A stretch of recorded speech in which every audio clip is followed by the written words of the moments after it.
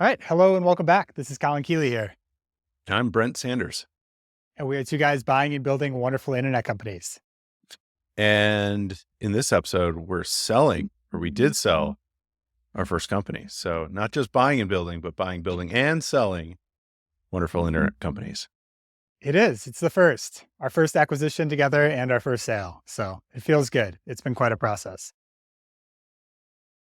So much, first off, so much for a holdco.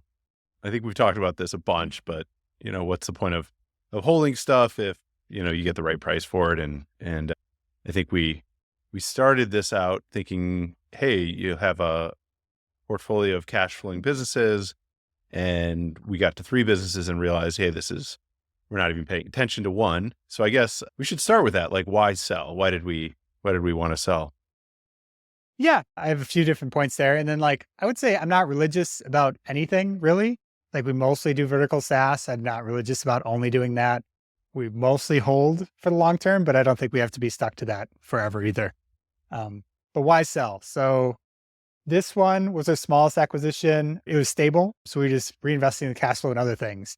We're basically both ignoring it. So we didn't want to hold it to the point that it started declining and that we wouldn't get as much money for it. I think we had good ideas for growth, but the base was too small. It didn't make sense, for the effort involved to really push it. Like we talked about niching it down on previous podcasts. I still like that idea. I just think it was going to be too much work for too little reward. And then we had this opportunity, Scout's going well. We could take a multiple of that cash flow that we're reinvesting, basically bring it up front and invest it now. And I think the last thing is that it's putting a win on the board. So on paper, we were doing well and all this stuff, but this is a real, we have money in the bank. Yeah. So I think I agree with you. I mean, obviously we made this decision together. It's not like you went out and sold it, but we were just ignoring it, and it didn't make any sense to really dig in much more time. I put a lot of work into the improvements we did make, and those were marginal improvements. They're fine, but to really broaden the product, I think it was going to need a whole bunch more work in this space, and the revenue we already have other stuff that we've committed to doing that we need to do that is a bigger opportunity. So that it felt right. How long did we hold it for? Was it 2 years or 3 years? I think it was 3 years, 2.5. Can't really It'd be remember. about 2.5. Because we closed it, I think, in February after a big snowstorm. Right. That's right. Yeah. So I guess we've probably already talked about the experience of, the first one and what that was like as compared to the other businesses. It was definitely our smoothest purchase that we did as we went through our first time on the sale side. It was a lot rockier, I guess.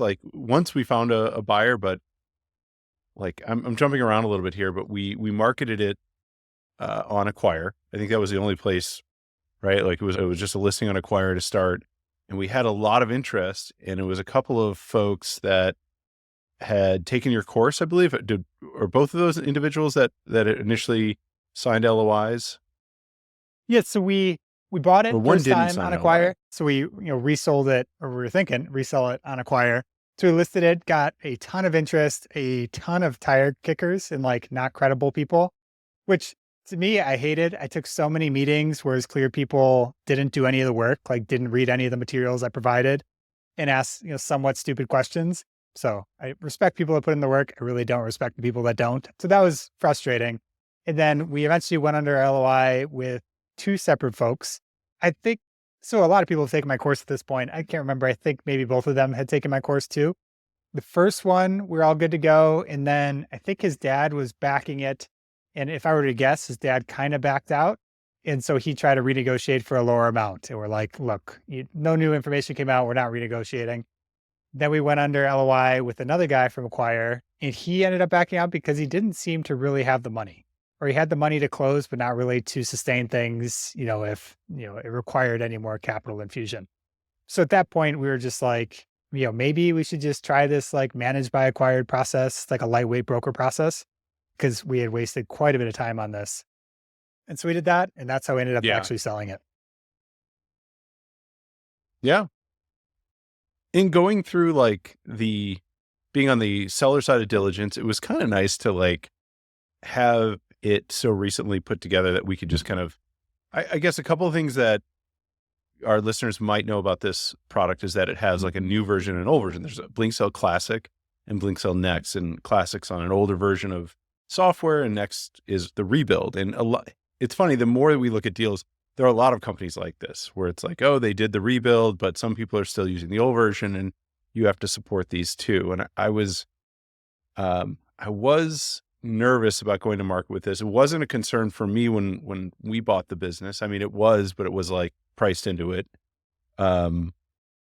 I think the one thing that we did in preparation for this, I think we spent money on this last year around this time. I feel like it was at the end of the year last year, was to get an independent, like a third party study on Classic as to like, okay, what are the technical risks? And so it was third party. I mean, we paid for it, which is maybe influencing some of it, but it really and truly was like a straight up evaluation that the buyer could come in and say, hey, we're looking at the riskiest, ugliest part of this product, and someone else has already given us a report card and they say it's good. It definitely is old, and if you want to use it, you need to update it. But the test coverage is like nearly, I think we're at 92%, something along those lines, which is great, right? That's something to be said for. And that, I mean, I think that fed into our decision also to, sell this, is like it has warts on it.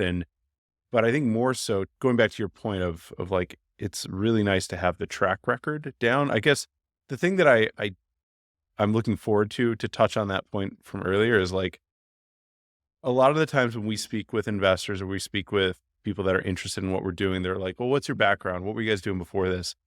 I would really like to talk about my background and all, but I would really like to make the background be about what we're doing now. Like, so the more track record we can talk to of like, oh, we had this business and we bought and acquired, we transacted this, transacted that, and make it more about the here and now, about what we're relevant doing, as it relates to either investing or, putting a new deal together, or, we're talking to a seller. It's like, I think that is a lot more valuable. Now that we're done with the deal, I actually am putting way more weight on that and realizing how important that is.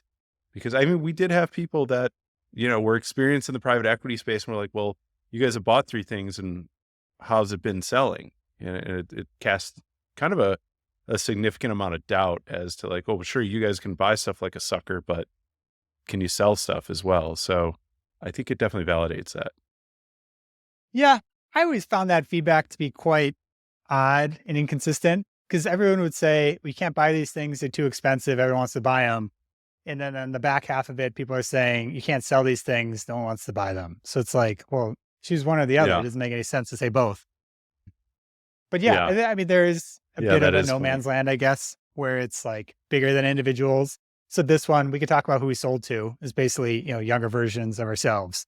So much more of like individuals starting Hmm. out, and not like the big, traditional private equity that's more, up market. So I guess that let's talk about the managed process by acquire. So we gave up on these 2 other individuals.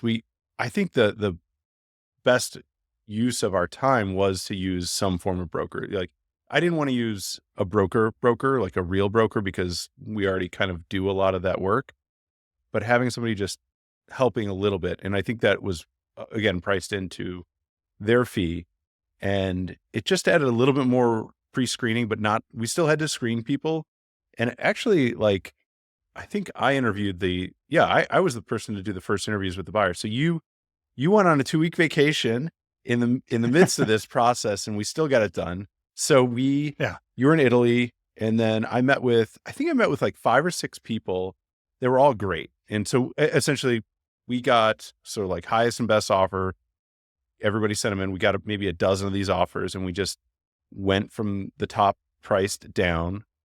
First couple were people that, I don't know, just the radar wasn't really screaming as reliable or made sense. There was also a category of people that I feel like clearly were not interested, but did that, not a lowball offer, but they put stuff in here, but it seemed like they would be coming back with like, other things to knock down the price. But met with the seller. It was a partnership. So it's a business guy and a tech guy.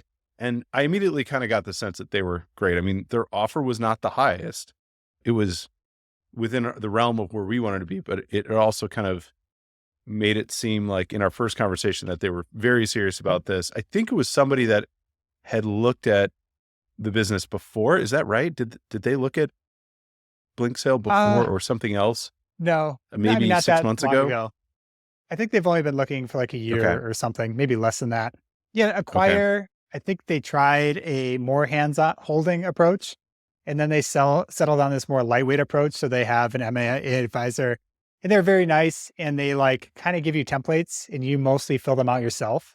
And the most valuable thing they do is they just blast you out to like an enormous list, and then they create this kind of huge funnel, and they put some time pressure on everyone to be like, get your offers in by this date. So Yes. could we have done that? Like we kind of did it, but I think we were a little loose about it. And it's clear that they blasted it out to a much larger list than they gave us on the free plan.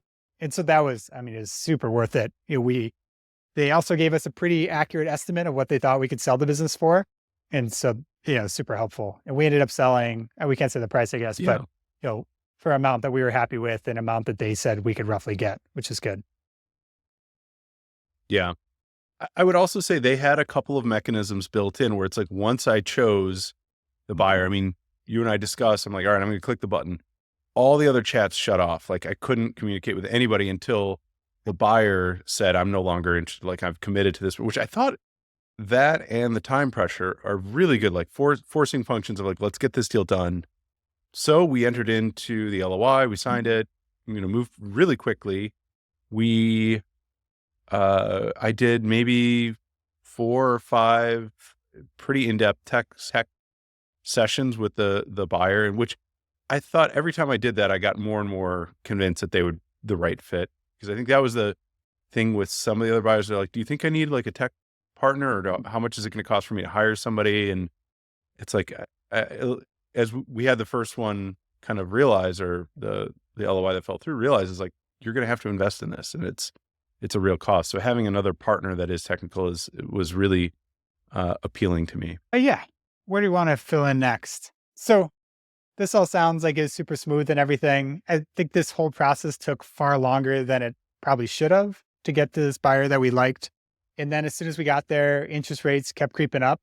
And so this was pre-approved for financing. And then every time we were looking at like setting a closing date, the financer was just like, all right, the interest rate is, 5% higher now. And it just kept Yeah. creeping up. And eventually I had to go back to them as the seller and be like, we can't do this. You can't like be on a closing date and change the terms every single time. We can't trust you then. So eventually they, after beating them up by email over and over again, they honored the original terms. We were able to get something done. Yeah, that was pretty concerning, because that would have definitely changed timing and the economics for the buyer, which I think had a meaningful amount. So that was kind of the first thing, and I feel like we kept having to resubmit to underwriting, and at some point they thought we were buying the business from ourselves. Right, so that got kind of backwards, where we were providing so much information to them and so much context that they were like, they thought we were the ones buying it. And they kind of took issue. We were like, well, there was some statement like, well, we haven't done business with you, or something along those lines. It's like, you're not doing business with us. We're the ones selling it. So it's like, yeah, it turned into a kind of a spaghetti situation. And I don't think that everything else was really smooth. Legal process was smooth. We kept, I think, the lawyers out of it until the very end, and they came through, looked at everything, made some suggestions, and nobody got overly obsessed over it, which was, I think, good. We did structure a deal that has, I don't know, would you say that it's not really an earn out, but it's like a holdback for a period of time? I don't know if we can talk about the details of it, but I think it's Oh, important to yeah. mention that there is like an element of it. So I guess on the legal front, we used Acquire's templates, which was pretty nice. And so neither side changed them up very much. I would say they could be better. Our lawyer took issue with a few things. We felt there was enough trust there that we weren't going to like go back and go crazy on the red lines. But I thought that was helpful. Definitely saved on legal costs on both sides. And then there was almost like a transition holdback component to it that, we're going to take monthly meetings with the buyers until everyone feels good that we're like set to go, basically. And then the last tiny, small Yeah. amount of funds will be released as well. Cool. Yeah. I mean, and so like they're off to the races. It's so far it's been, as described as received. I mean, support is quiet. It's kind of what it's turned out to be. One of the biggest challenges that we ran into that I think if it was weird because we acquired this business and transitioned. There are two credit card accounts. One's with Stripe and one's with NCR, which is weird. We're like NCR, it's like a old school cash register company, right? So um, when we had the transaction done on our end, it took 2 days. It was a little weird, right? And then you log into NCR and it's kind of strange. This time it took 18 days to transfer the NCR account, and we just Oh did it, no. which is It's what has yeah. been holding everything up. Go ahead. Tell the The story. saga is yeah, the story goes this way. It's like you reach out to, just like the old seller did. You said, "Hey, we sold Blinksale, copied on here are the new buyers. Can you please transfer the account to them?" And they're like, "What? You can't just do that. We're going to shut down the account now if you've already done this." And we're like, "No, no, no, don't do anything. Don't disrupt anything." And so their support team scared the shit out of us, thinking like, "Oh," and they wouldn't even like respond after that. They were something along the lines, "If I don't hear from you by the end of the day, what time zone, by the way, but like end of the day, I'm going to shut down the account." An account that's been around since like 2006, by the way. So thankfully they don't do that. We were, try to reach out to the right person. Nobody will respond to anything. Nobody will respond to their support. There's payment support. But there's all these different products. So first of all, NCR purchased the payment provider that Blinksale was built on like in 2018 or something. It's called JetPay, I think. And so anyways, it's like one of these things where it gets absorbed by some giant company. Nobody knows anything. So I think you reach out to a bunch of people. We get connected with some folks that are like on the enterprise sales team, and they still think, again, week 2 into this, they're like, "Yeah, okay, we got your account set up, thankfully." And they're like, "You just need to change, your terminal. They think you're like a restaurant or something. You need to get new terminals." And it's like, oh my God. So the saga continues. I finally got somebody wonderful to call me, and I just start picking up the phone and dialing people that are on these email threads because they all have their phone numbers and their signatures. And it was this lady who's been there for 20 years and was like, "Oh, I know." And she knew the guy who transferred our account who had since left. And she explained, well, he left and he brought the whole team with him. And, there's just kind of skeletons, and you got to know how where the bodies are buried. And thankfully I've been here for 20 years, but I still don't know how this is done. So we'll get it done, but bear with us. So she gave me some confidence, and that was 3 days later, we finally got it closed. So we got the account closed up. So yeah, that was a fucking nightmare. That was, I guess, I don't know what to even advise on that. Like, what do you do? I think I was out of town too when we got the threat that they were going to close. I was at a wedding or something. They're going to close the account if you don't reply in like the next few hours. That was insane. Can't Yeah, believe yeah, you were at a that's a wedding. customer support Exactly. Yeah. person. Um, yeah. Hey, it's a $2 billion company. I mean, it's publicly traded. They have like 30,000 employees. It is completely impossible to get in touch with anyone that's helpful over there. It took me and you like calling every number we could find and emailing everything we could find to get anyone that Yeah. would be like remotely helpful. And these guys are trying to set up a new account, which should be like, this is your sales process. These are new customers. Like maybe follow up with them.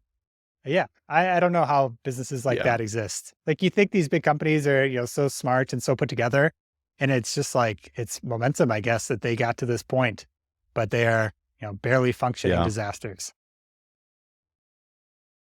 Yeah. So that was a little bit of a wrinkle, but other than that, it was a really smooth process. There were no issues with the buyer. There were no, major issues with any except for the payment account for the older product. So it got sorted out. They're receiving the cash, and our first deal is done. So I don't know. What do we want to talk about next? Like, I guess proceeds is not quite a public discussion, but largely it's going into, I think, largely going into Scout, going into improvements on the other larger businesses in order to, get a better outcome from those.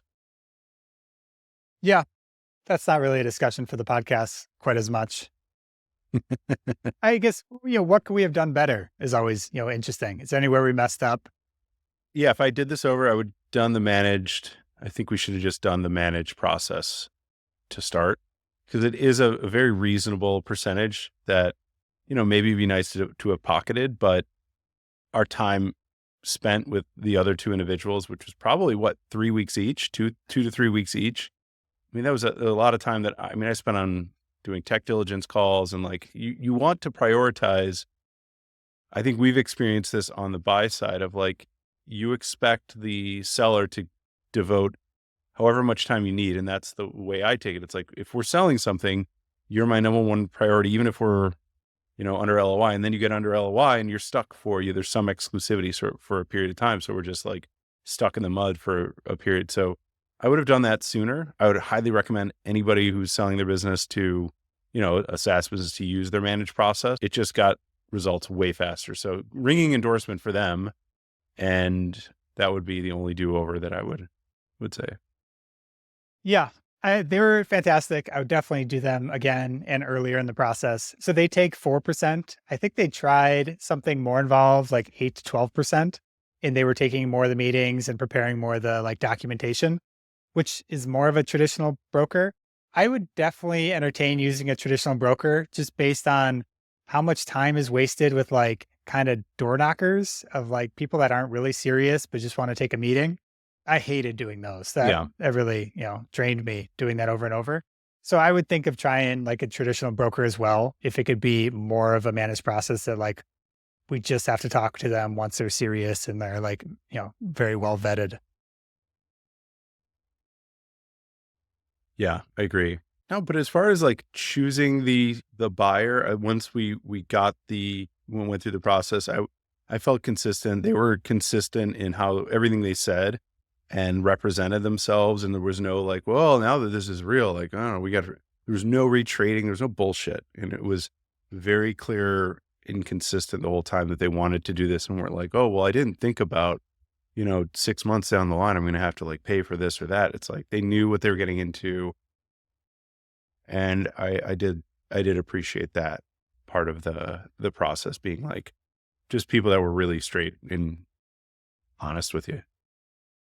Yeah. One other thing I think we did well is we kept exclusivity with these LOIs to be really short. I mean, for a small deal, there's no reason. There's no like, crazy hidden things or months of due diligence that should be going on there. So like when those deals kind of fell through, we were able to return to the market relatively quickly. But if we were tied up for 90 days or something, like this whole process would have taken forever. Yeah. Well, it was sort of an easy deal to start, and I'd say it's fairly easy deal despite the NCR debacle to get out of. But it was an interesting process. The entire arc of it, I don't think it could have gone much better. Like I don't really wish I was working on it. I think I feel a little bit less stressed out that I don't have to deal with for every single company we have. I think that's one thing to look back on is every single company has a monitoring, support, and just weight that carries on our shoulders of like, hey, we have to manage it. Even if it's as autopilot as Blinksale was, there's always this, you wake up every morning, you check your email and you see like, oh, do I have an alert? Do I have something? Like it's one less source of alerts, I guess. So that definitely feels a little bit lighter, and naturally the return is enjoyable too. And now we're freed up for the next few acquisitions we got to spin up here shortly. Yes, sir. Cool. Cool. Is there anything else you wanted to chat about, or is that it? My internet is barely functioning, so I think I'm going to throw my computer out the window after this call. I don't know what's going on. It is so frustrating. We use Riverside because it works better for posting to YouTube, and I do Zooms all day, no problem. We use Riverside once and it is completely non-functional. And Brent and I are just talking by ourselves. All right, we got to switch it up. Independent conversations. Kind of, yeah. I just got to wait. Okay. Well, take care, everyone. I'll keep working on my internet. All right. Thanks for listening.